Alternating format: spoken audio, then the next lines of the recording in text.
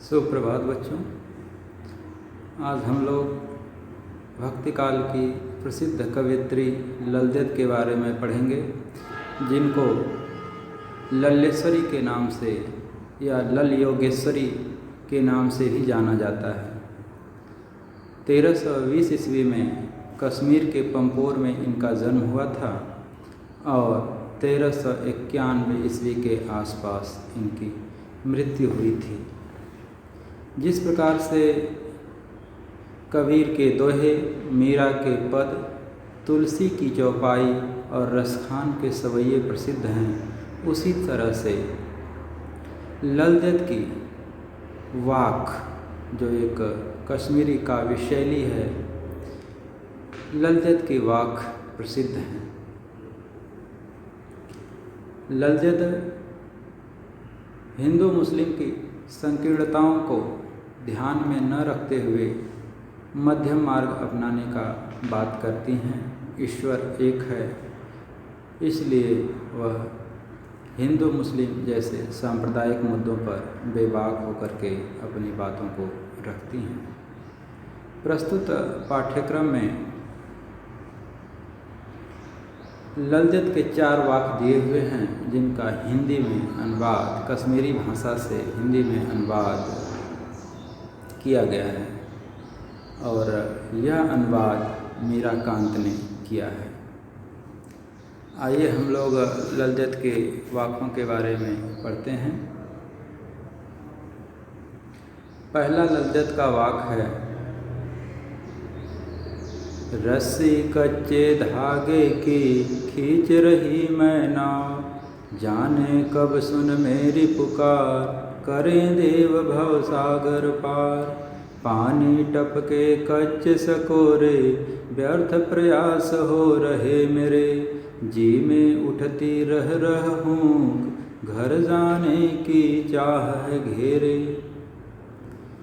Next है, खा खा कर कुछ पाएगा नहीं, न खा कर बनेगा अहंकारी, सम खा तभी होगा समभावी, खुलेगी साकल बंद द्वार की।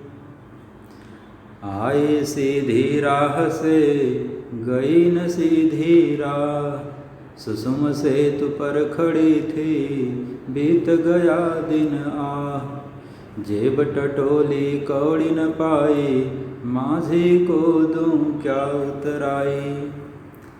थल थल में बसता है शिव ही, भेद न कर क्या हिंदू मुसलमान, ज्ञानी है तो स्वयं को जान, वही है साहिब से पहचान। आइए इसकी व्याख्या देखते हैं। पहला वाक्य है, रस्सी कच्चे धागे की खींच रही मैं नाव। लेखिका का कहना है कि यह शरीर कच्चे धागे के समान है, जिसको हम खींच रहे हैं। सांस जब तक इस शरीर में आ जा रहा है, तभी तक इस शरीर का अस्तित्व है। जाने कब सुन मेरी पुकार, करें देव भव सागर पार। लेखिका के अंदर एक दर्द है, एक टीस है, एक हूँक उठ रही है, उसके हृदय में एक पीड़ा है, एक दर्द भरी आवाज़ उठ रही है और वह कह रही है, जाने कब सुन मेरी पुकार, करें देव भव सागर पार। ईश्वर न जाने कब मेरी आवाज़ को सुनेंगे, मेरी भक्ति को स्वीकार करेंगे और इस भवसागर से, इस संसार से, इस मृत्यु लोक से मुझे मुक्ति मिलेगी। इस भवसागर से मैं मुक्त हो जाऊंगी। पानी टपके कच्चे सकोरे, व्यर्थ प्रयास हो रहे मेरे। लेखिका के अंदर एक दर्द है कि उसके सारे प्रयास जो है विफल हो रहे हैं, व्यर्थ हो रहे हैं, क्योंकि उसका जो कर्म है एक निश्चित डायरेक्शन में नहीं है। मटके में जिस तरह से छिद्र हो जाने से अलग अलग जगह से पानी बाहर निकल जाता है, उसी तरह से लेखिका का प्रयास कई दिशाओं में फैला हुआ है, जिससे एक डायरेक्शन में नहीं हो पा रहा है, जिसके कारण जो है उसका प्रयास सफल नहीं हो पा रहा है। और उसके अंदर एक दर्द उठ रहा है, एक टीस है, उसको एक जो है कसक है कि ईश्वर न जाने कब उसकी आवाज़ को सुनेंगे और इस भवसागर से पार लगा देंगे। अगला वाक है, खा खा कर कुछ पाएगा नहीं, न खा कर बनेगा अहंकारी, सम खा तभी होगा समभावी, खुलेगी साकल बंद द्वार की। इस वाक में लेखिका मध्यम मार्ग अपनाने की बात करती हैं। जीवन में ना ही अत्यधिक भोग विलास में व्याप्त या लिप्त रहना चाहिए और न ही अत्यधिक योग वैराग, मध्यम मार्ग अपनाना चाहिए। इस गृहस्थ जीवन में रहते हुए ईश्वर प्राप्ति का सतत प्रयास, इसका जो है एक तरह से कह सकते हैं कि लेखिका निर्देश देना चाहती हैं, एक तरह से जो है प्रयास कर रही हैं आम जन को बताने की कि मध्यम मार्ग अपनाओ, न अत्यधिक भोग विलास का और ना ही जो है योग वैराग का। गृहस्थ जीवन में रहते हुए ईश्वर प्राप्ति का हमें प्रयास करना चाहिए। कहती हैं खा खा कर कुछ पाएगा नहीं, अर्थात इस संसागर में अत्यधिक लिप्त रह करके जो है भोग विलास में लिप्त रह करके आपको कुछ भी प्राप्त नहीं होगा। न खाकर बनेगा अहंकारी, और यदि इस संसार को त्याग करके योग वैराग धारण करके जंगलों में घोर तपस्या करने लगते हो तो आप एक तरह से आपके अंदर अहंकार आ जाता है कि आपने ईश्वर के लिए इतना त्याग किया है, और इसी कारण जो है आपके इस अहंकार के कारण ईश्वर प्राप्ति के मार्ग में बाधा उपजती है। इसीलिए लेखिका कहती हैं शम खा तभी होगा संभावी, अर्थात सम खा अर्थात मध्यम मार्ग को अपनाओ। गृहस्थ जीवन में रहते हुए ईश्वर की प्राप्ति का प्रयास करो, तभी जो है ईश्वर के मार्ग में जो आपकी बाधा है वह दूर होगी, ईश्वर के मार्ग का जो रास्ता है वह खुलेगा और आपको ईश्वर की प्राप्ति होगी।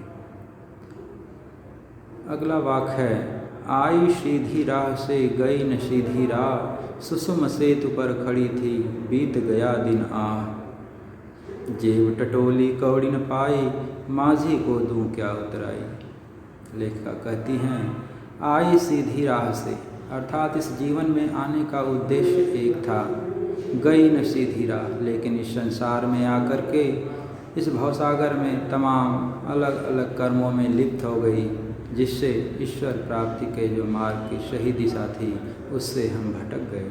सुषुम सेतु पर खड़ी थी बीत गया दिन आ, और इस प्रकार करते करते एक एक दिन जो है समाप्त हो गया। अंत समय में जेब टटोली कौड़ी न पाई, अंत समय में जब अपना आत्म निरीक्षण किया, अपने आप को आत्मचिंतन किया, तो पाया कि कोई भी सत्कर्म हमने इकट्ठा नहीं किया। जीवन भर कलह में, लोगों को सताने में, इस तरह के कर्मों में अपने जीवन को हमने लुटा दिया। कोई सत्कर्म नहीं किया, कोई पुण्य नहीं किया, और जिसके कारण माझी को तू क्या उतराई। इस भवसागर से पार करने के लिए ईश्वर, माझी अर्थात ईश्वर जब आपसे उतराई मांगता है तो हमारे पास कोई सत्कर्म नहीं होता, और इसी कारण से हम इस संसार में भटकते रह जाते हैं। अगला वाक है, थल थल में बसता है शिव ही, भेद न कर क्या हिंदू मुसलमान, ज्ञानी है तो स्वयं को जान, वही है साहिब से पहचान। लेखिका यहाँ पर हिंदू मुस्लिम एकता के समर्थन की बात करती हैं, क्योंकि मध्ययुगीन भारत में हिंदू मुस्लिम सांप्रदायिक भावना अपने चरम उत्कर्ष पर थी। मुसलमानों के द्वारा हिंदुओं को सताने का कार्य चरम उत्कर्ष पर था, और जिसको लेखिका ने उस दर्द को महसूस किया और अपनी इस कविता के माध्यम से व्यक्त किया है। लेखिका कहती हैं थल थल में बसता है शिव ही, अर्थात प्रत्येक कण में ईश्वर का वास है, इसीलिए तुम मंदिर मस्जिद में भटकना छोड़ दो, प्रत्येक कण में ईश्वर का वास है। भेद न कर क्या हिंदू मुसलमान, इसीलिए अपने आप में कोई हिंदू है कोई मुसलमान, इसका भेद छोड़ करके सभी मनुष्य समान हैं, इस धारणा पर विश्वास करो और इस मार्ग पर चलो। आगे कहती हैं, ज्ञानी है तो स्वयं को जान, वही है साहिब से पहचान। अर्थात अगर तुम्हारे अंदर ज्ञान है तो तुम अपने आप को जानो, अपने आप को पहचानो, क्योंकि ईश्वर का वास ही आपके अंदर है। वह बाहर मंदिर मस्जिद में नहीं है, वह आपके अंदर है। अगर आपके अंदर ज्ञान है तो आप उस ईश्वर तक पहुंच सकते हैं। वही है साहिब से पहचान, और तभी आप ईश्वर को पहचान सकते हैं। अर्थात लेखिका का दृढ़ विश्वास है कि ईश्वर आपके अंदर है, और आपको अगर ज्ञान है तो आप उसको पहचानिए। तो एक तो यहाँ पर ईश्वर आपके अंदर है, स्वयं के अंदर है, इसकी शिक्षा देना चाहती हैं लेखिका। और दूसरा, हिंदू मुस्लिम समन्वय की बात करती हैं अपने इस वाक्य के माध्यम से। आज का पाठ यहीं पर समाप्त करते हैं। बहुत बहुत धन्यवाद।